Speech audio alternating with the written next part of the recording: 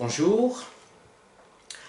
À la suite, sur l'aspect géométrique des nombres complexes, on va voir quelques propriétés des arguments des nombres complexes. Alors voilà l'exercice.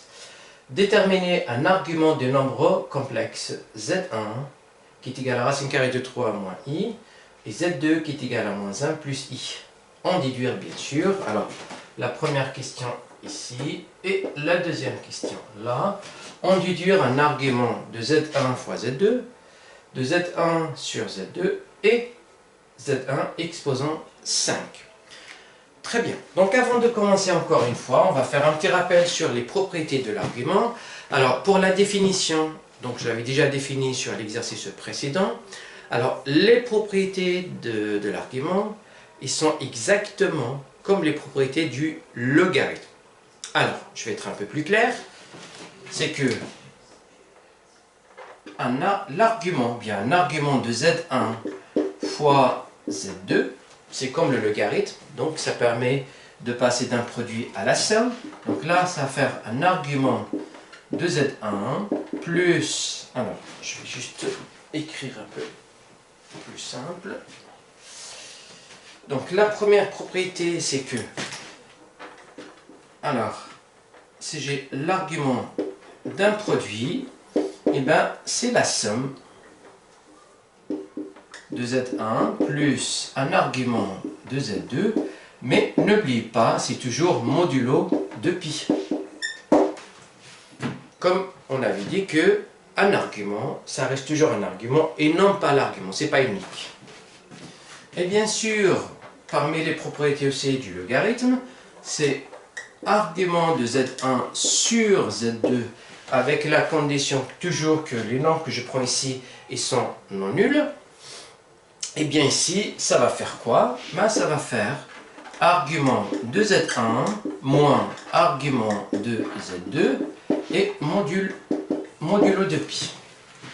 Et enfin, il reste une autre propriété, c'est lorsqu'on a un argument de z exposant n, eh bien c'est toujours, comme je viens de dire, c'est comme le logarithme. Donc là, ça fait quoi? Ben, ça va faire n argument de z et toujours modulo de pi. Donc parmi les propriétés du logarithme. Eh bien, on va voir, puisque là j'ai un produit, j'ai ici donc le quotient et j'ai une puissance, ben, je vais appliquer donc ces trois propriétés-là de l'argument. Alors, mais avant tout, je vais calculer dans la première question le module de Z1, pardon, un argument de Z1, un argument de Z2. Et bien pour le faire, c'est comme si on va chercher l'écriture trigonométrique. Premièrement, je calcule les modules. Alors, première question. Alors, Z1, ça c'est racine carrée de 3 moins i.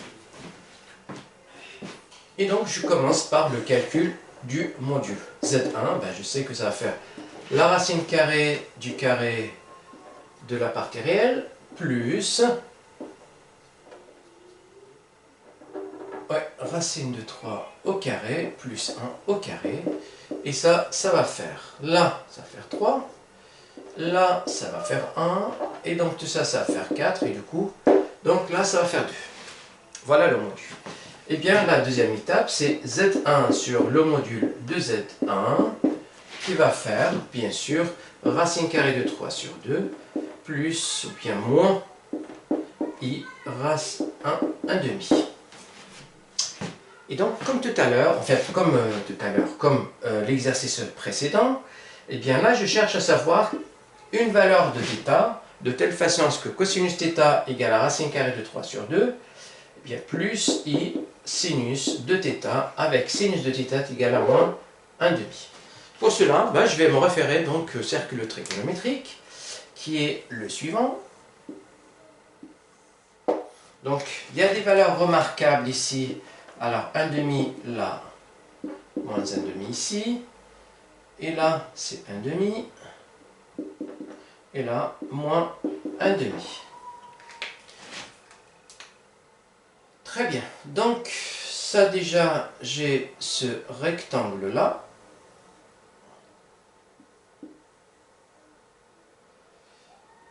Voilà. Et ensuite, ensuite, je vais avoir aussi ce rectangle-là.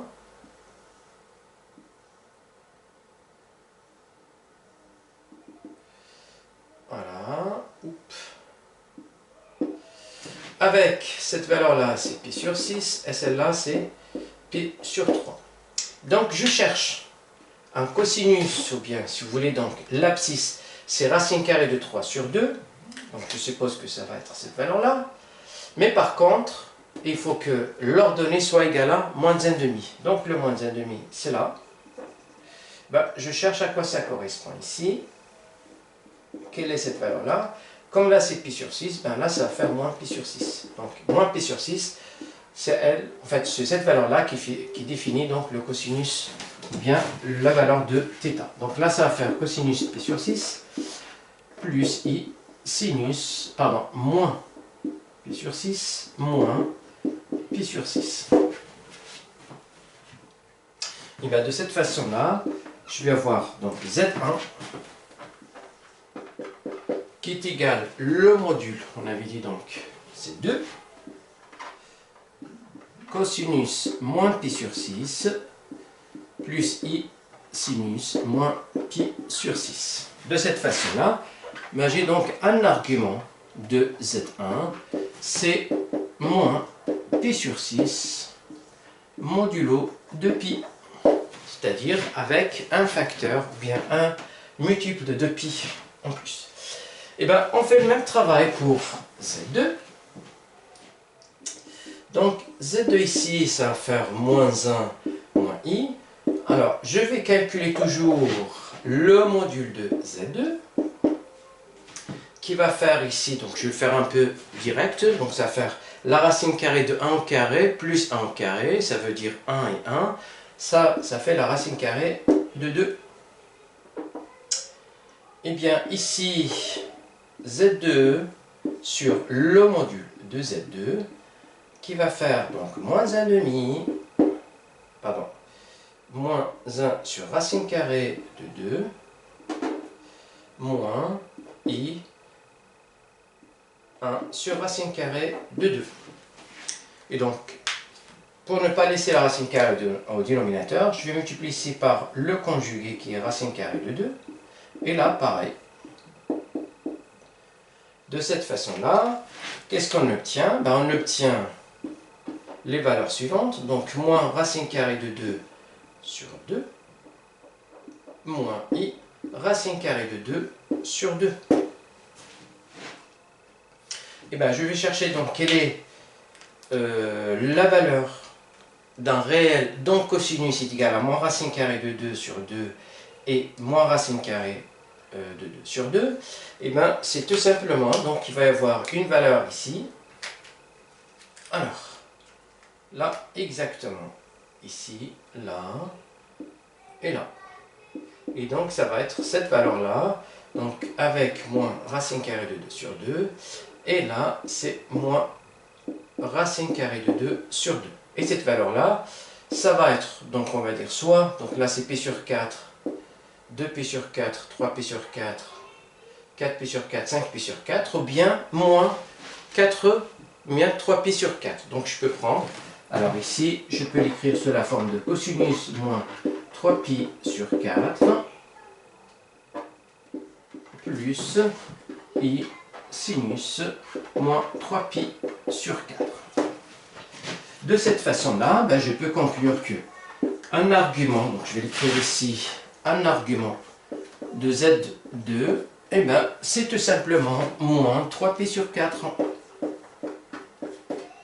modulo de pi. Voilà, donc on a trouvé les deux arguments, donc on passe maintenant à la deuxième question. Et dans la deuxième question, on va voir qu'on peut avoir les réponses directement en utilisant ces formules de cours.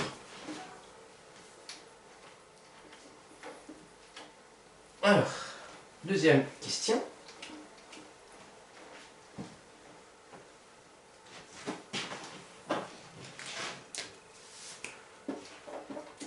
Très bien, alors je vais juste reprendre ces valeurs-là ici. Donc, d'après la première question, j'ai un argument de Z1 qui est égal à moins pi sur 6 modulo de pi.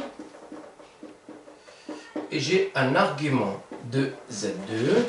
Ça, c'est moins 3 pi sur 4. Toujours un multiple de 2 pi près. Et bien, je commence par un argument de Z1 fois Z2. Et bien, d'après cette formule-là, et bien, j'ai juste à additionner les deux. Donc, ça va faire moins pi sur 6 plus moins 3 pi sur 4 modulo de pi. C'est juste un calcul maintenant de fraction. Et donc là, le facteur, en fait, le dénominateur commun, ça va être 12. Et là, donc, je dois multiplier par 2 pour avoir moins 2 pi. Et là, par 3 pour avoir moins 9 pi. Toujours modulo de pi. Et bien, de cette façon-là, on va avoir que un argument de Z1 fois Z2, et bien, ça va faire moins 11 pi sur 12 de pi. Voilà un argument de ça. Alors maintenant, on va voir un argument, bien sûr, de Z1 sur Z2. Pareil, on va utiliser celle-là. Donc, argument de Z1 sur Z2 égale argument de Z1 moins argument de Z2, toujours modulo de pi. Et bien là, argument de Z1, c'est moins pi sur 6. Et là, moins, ça va faire plus 3 pi sur 4. On va les mettre au même dénominateur ici pour avoir un 12. Comme tout à l'heure, je multiplie par 2 ici pour avoir moins 2 pi. Et je multiplie par 3 pour avoir 9 pi. Et toujours modulo de pi, bien sûr. Et de cette façon-là, moins 2 plus 9, ça va faire 7 pi sur 12 modulo de pi. Voilà un argument de Z1, Z2. Et enfin, vous avez vu donc que ça va très très vite en connaissant bien sûr ces formules-là. Et en calculant bien, bien sûr, bien comme il faut, donc les deux modules, pardon, les deux arguments. Il me reste donc l'argument de Z1 exposant 5, argument de Z1 exposant 5. D'après cette formule-là, ben, ça va faire 5 fois, et bien, moins pi sur 6 modulo de pi. Et là, ça va faire bien sûr moins 5 pi sur 6 modulo de pi. Et c'est très simple. Voilà, donc je rappelle encore, ici, alors il faut bien connaître ces formules-là. Pour se rappeler de ça, ben, il faut bien sûr, on a les mêmes formules que le logarithme. Exactement pareil, ça se comporte, l'argument il se comporte exactement comme un logarithme. Très bien, donc on arrive à la fin de cet exercice. Eh bien, je vous souhaite une très bonne journée et à très bientôt.